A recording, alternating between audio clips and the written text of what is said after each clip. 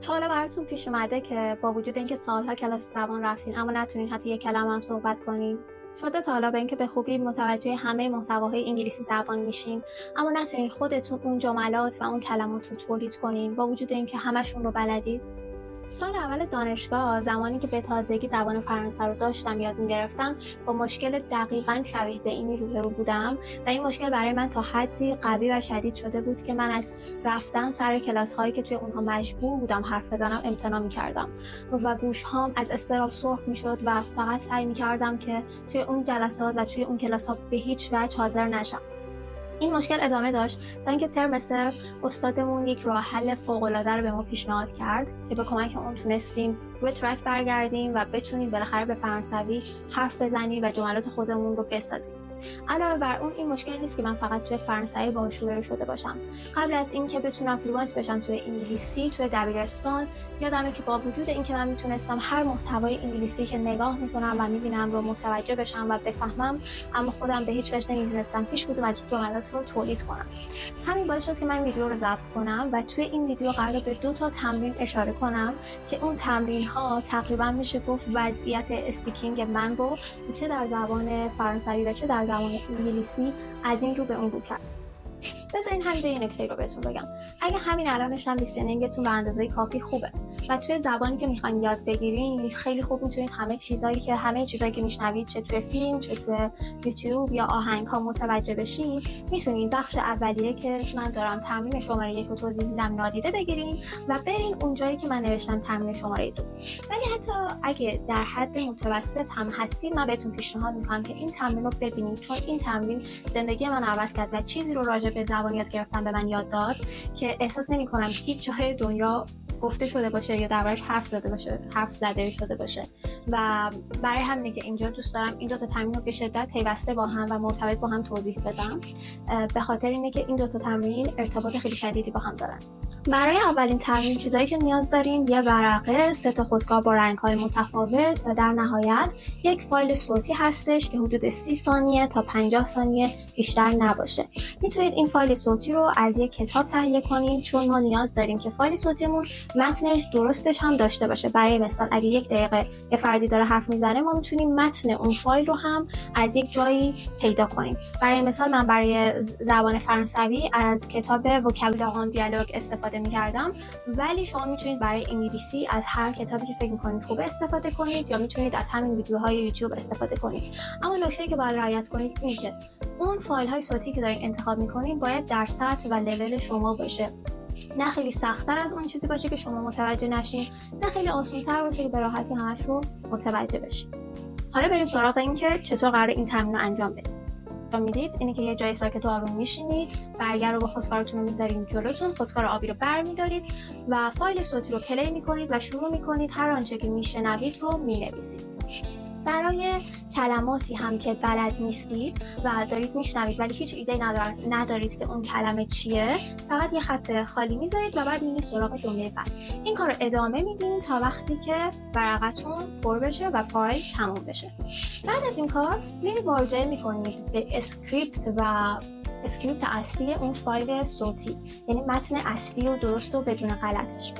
برای جاهایی که کلمات رو کلاً بلد نبودیم و هیچ ایده نداشتیم که اصلا این کلمه چیه که دارید میشنویدش، اون کلمه رو با رنگ قرمز زیر اون جایی که جای خالی گذاشتید مینویسید و بعد واسه کلماتی که چک کردیم و دیدیم با این که من این کلمه رو بلد بودم اما توی نوشتنش املای من مشکل داشت، دیکتیشن من مشکل داشت، اونجا با رنگ سبز دیکتیشنتون رو تصحیح کنید. بعد از اینکه این کارو کردین میرید سراغ فایل صوتی و دوباره یک بار دیگه گوشش میدین و این بار از اول شروع میکنید به نوشتن فایل صوتی بدون نگاه کردن به اسکریپت اصلی فایل. اینجا میخوام یک نمونه قرار بدم از اینکه چجوری این کارو انجام بدم، چون احساس میکنم که این ممکنه یکم گیج کننده باشه. برای همین من اینجا یه نمونه کوتاه رو براتون میذارم و انجامش میدم. تمرین رو با پلی کردن فایل صوتی شروع میکنیم. Aujourd'hui, c'est mon anniversaire. Je suis heureuse et je suis triste. و همین شکل کل فایل رو می نویسم تا وقتی که فایل صوتی من تموم بشه. بعد از اون میرم سراغ نسخه اصلی و اسکریپت فایلم و جملات و کلمه هام رو مقایسه می کنم. جاهایی که اشتباه نوشتم لغتی رو تصحیحش میکنم و با رنگ سبز درستش رو بالاش مینویسم و جاهایی که کلا متوجه نشدم که اون کلمه چیه و جاش رو خالی گذاشتم رو هم با رنگ قرمز جایگذاری میکنم. بعد از انجام دادن این کار یک بار دیگه به فایل گوش میکنم و سعی میکنم هر چیزی رو که میشنوم بنویسم. اگه من جای شما بودم و داشتم این ویدیو رو نگاه میکردم با خودم میپرسیدم خب این کاری که الان این تمرینی که الان داری به ما میگی قطعا روی لیسنینگ ما تاثیر خیلی خوبی داره، روی دیکتیشن ما، روی املامون تاثیر خوبی داره، ولی اصلا این چه ربطی داره به اسپیکینگ سارا؟ و اونجاست که من بهتون جواب میدم، میگم سوال خیلی خوبی پرسیدی و من این سوالت رو آخر ویدیو بهت حتما جواب میدم. بریم سراغ دومین تمرینی که باعث شد اسپیکینگ من به طرز جادویی توی زبان فرانسوی مخصوصا بهتر بشه و دیگه از این که بخوام به فرانسوی حرف بزنم نترسم، با اینکه ممکنه هنوز هم خیلی اشتباه داشته باشم، ممکنه که چه عرض کنم قطعا خیلی اشتباه دارم، ولی به طرز جادویی مهارت‌های گفتگو منو بهتر کرد توی زبان فرانسه. این تمرین رو خیلی جدی بگیرین و من جای شما باشم 30 روز هر روز انجامش میدم تا فقط ببینید که بعد 30 روز چه نتیجه جادویی بهتون میده. چیزایی که برای انجام این تمرین نیاز داریم بسیار سادن: یک کاغذ، یک خودکار و بعد یک دوربین یا ضبط صوت که بتونید صداتون رو ضبط کنید. میخوایم از خودمون فیلم بگیریم یا صدای خودمون رو ضبط کنیم و در آخر میفهمیم که چرا میخوایم این کار انجام بدیم.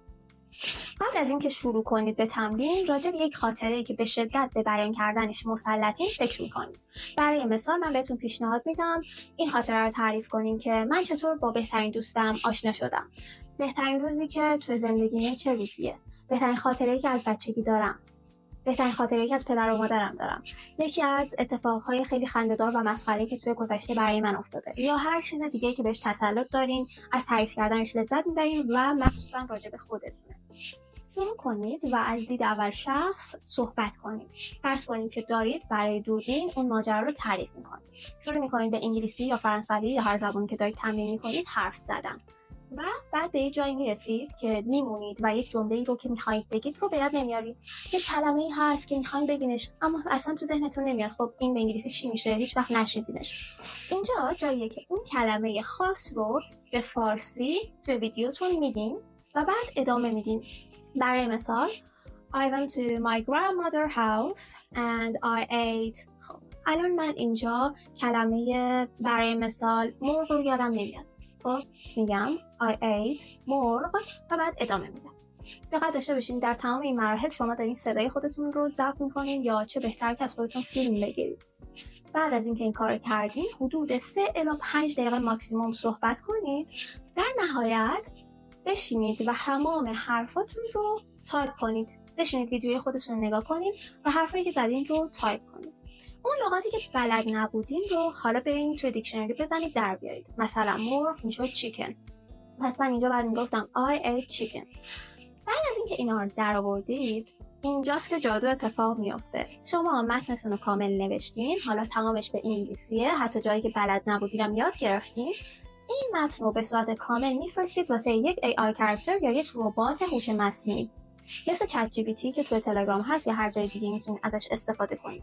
متن رو میفرستید برای ربات و بعد ازش درخواست میکنید که لطفاً متن من رو با یک ساختار نیتیو تر تحویلم بده، به من برش گردون بدون اینکه توی جزئیاتش تغییر ایجاد کنی و بدون اینکه متن من رو ریفریز کنی. من ازت نمیخوام متن رو ریفریز کنی یا یک ساختار خیلی پیچیده به من بدی.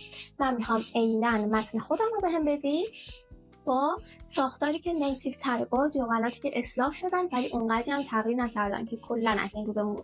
کاری که من میکنم اینه که توی دیسکریپشن این ویدیو قطعا این جمله‌ای که باید به ربات AI یا چت جی پی تی بدین رو واسهتون می‌نویسم، چون من خیلی امتحان کردم با جملات مختلف و میدونم که بهترین جمله‌ای که میتونی بهش بدی تا بهترین نتیجه رو ازش بگیری چیه. پس اگه خواستین میتونید فقط از این زیر کپیش کنید و بعد برید اینجا پیستش کنید. حالا توی آخر مرحله وقتی که نسخه اصلاح شده رو از AI تحویل گرفتین اون رو حفظ میکنید و بعد یک بار دیگه پشت میزتون میشینید مقابل دوربین یا ضبط صوتتون و بعد اون ماجرا رو یک بار دیگه تعریفش میکنید، اما این بار با ساختارهای درستن. این کار حدوداً 1.5 ساعت زمان میبره به بیشترین حالتش و بهتون پیشنهاد میکنم که اوایل اون متن صحبتتون رو بیشتر از 5 دقیقه نکنید تا طولانی و خسته کننده نشه. از طرف دیگه کافیه این کار رو فقط 30 روز و هر روز انجام بدین و بعد یک معجزه توی مهارت صحبت کردن شما اتفاق میفته. حالا وقتشه به سوالی جواب بدم که همون اوایل مطرح کردم. این دوتا تمرین چه ارتباطی با هم دارن و ما چرا باید قبل از اینکه این تمرین رو انجام بدیم لیسنینگمون رو با توجه به تمرین اول و با کمک اون بهبود ببخشیم؟ جواب اینجاست.